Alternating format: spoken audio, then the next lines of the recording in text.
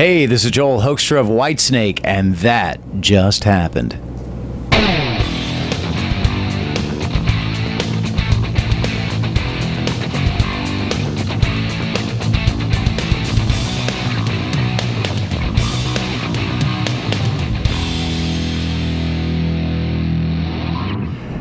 Hey guys, this is Front Row Joe, and we're actually on the tour bus for Whitesnake, sitting down here with Joel Hoekstra. And Joe, very, very happy that you spent some time with us. Yeah, thanks so much, man. Thanks for having me on. Yeah, so now we're doing a killer tour package with Foreigner, Whitesnake, and also with Jason Bonham's Led Zepplin Evening. Totally stacked. Now, back in the day, you subbed for a sick Mick Jones of Foreigner on 24 hours notice, right? If that happened again during this tour, you think you could fill in? You have to go through it again and have a heart attack again, but yeah, probably, sure. Yeah. So certainly a busy man. Now you're with Cher, you're playing for Whitesnake, also with Trans-Siberian Orchestra. Does that leave any time for Joe Hoekstra's 13 follow-up album? Well, it leaves time for it, but I don't think it's going to happen. Just we can't get together in terms of like the terms for it and make it happen. So, not looking like it, but I have a few other projects in the works, and so always creative stuff happening, always music happening. So fear not. Good. Fans will be happy to hear that for sure. And let's see, speaking of Cher, if we could do a little compare and contrast, best hair between Cher and David Coverdale? I don't even know what Cher's real hair is. I see her in so many different wigs during the course of the show that, I don't know, man. I don't want to go there. All right. What about most rhinestones in a stage wardrobe, Cher or David Coverdale? I don't know about that either, man. Cher changes outfits like about every song or two as well. So it depends on which outfit you'd be referencing. So gotcha. And who has the most rabid fans? Is it Cher or is it Whitesnake? Well, that's two different types of fans, but yeah, hey, who knows? I mean, I'm sure each of them have their devoted following, so I'm just lucky to be a part of it, man. Absolutely. And last but not least, best ass, Cher or David Coverdale? Man, really? Well, I'm heterosexual, so I'm gonna go with Cher. How about that? That's the heterosexual default. I gotcha. You can see that on Blabbermouth tomorrow. Yeah. Not at all. So, Flesh and Blood, the new Whitesnake album. David Coverdale talked about the first time writing with Reb Beach, even though Reb's been a snake for 11 years. What was your involvement in the creating process and writing some of the songs?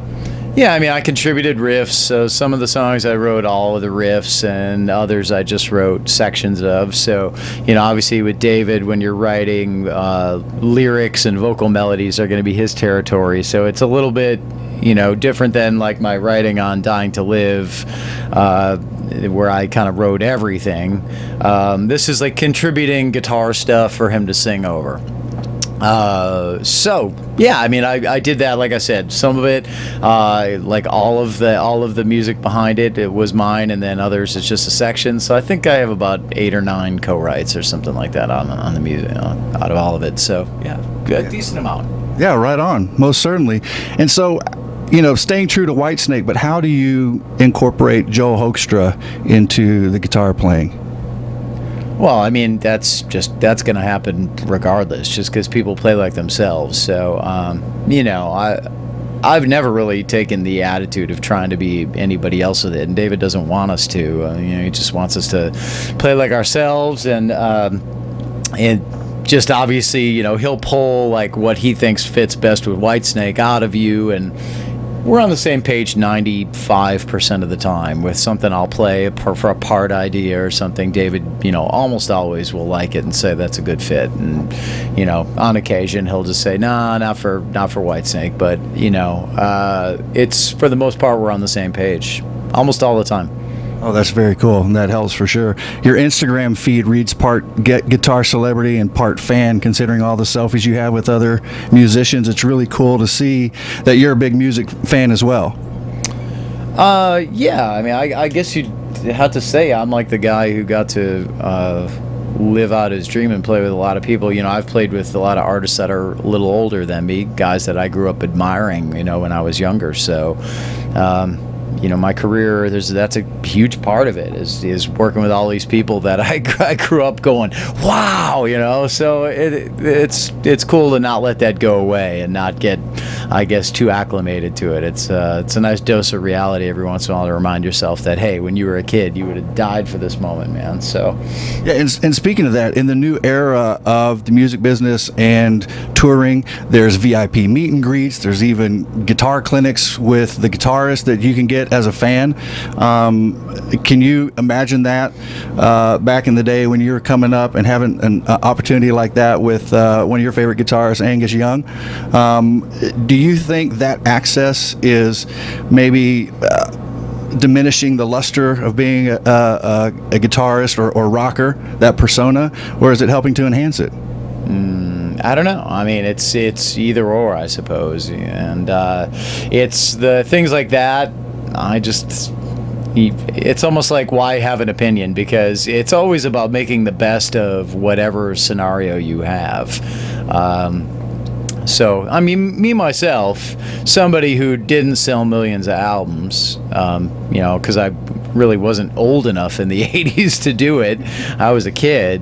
And, nowadays the climate is so dismal, there's no way you're going to sell millions of albums. I like it because I could be hands-on and keep up with the fans and get to know them and meet them and build my career that way. So, I view all this stuff as a positive. Social media, meet and greets, any of that stuff. But you have to have that personality where you enjoy it, especially on something like the Monsters Rock Cruise that you mentioned earlier. I mean, there's artists that go on there and they don't leave their stateroom for the entire 4 or 5 days on there outside of when they play.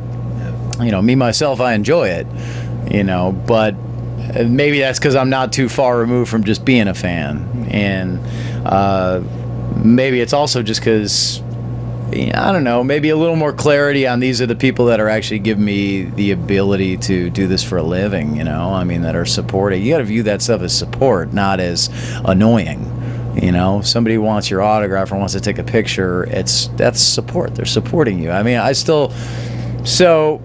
I view all this stuff as a positive, but there are a lot of old school rock stars that probably would disagree with me and say, no, it sucks. It's, used to have all this mystique and so I get that and respect that too. So, but it's been good for me.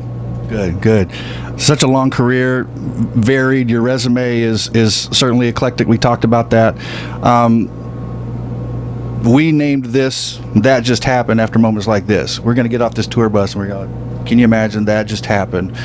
We were on the tour bus with Joel Hoekstra. So over your long career, is there a That Just Happened moment that came for you that pops into your mind? It's just been a bunch of them. It's been a series of, I always say it's baby steps, you don't go from like just practicing in your mom's basement to being in U2 or something like that, being in the biggest band in the world. It doesn't work that way. It's kind of like always a series of steps. So I'm grateful for the process, and, philosophically, that's why you kind of got to break it down to like a day-to-day thing, and it's what you get done each day. It's about appreciating each day and trying to be productive each day and do the best you can each day.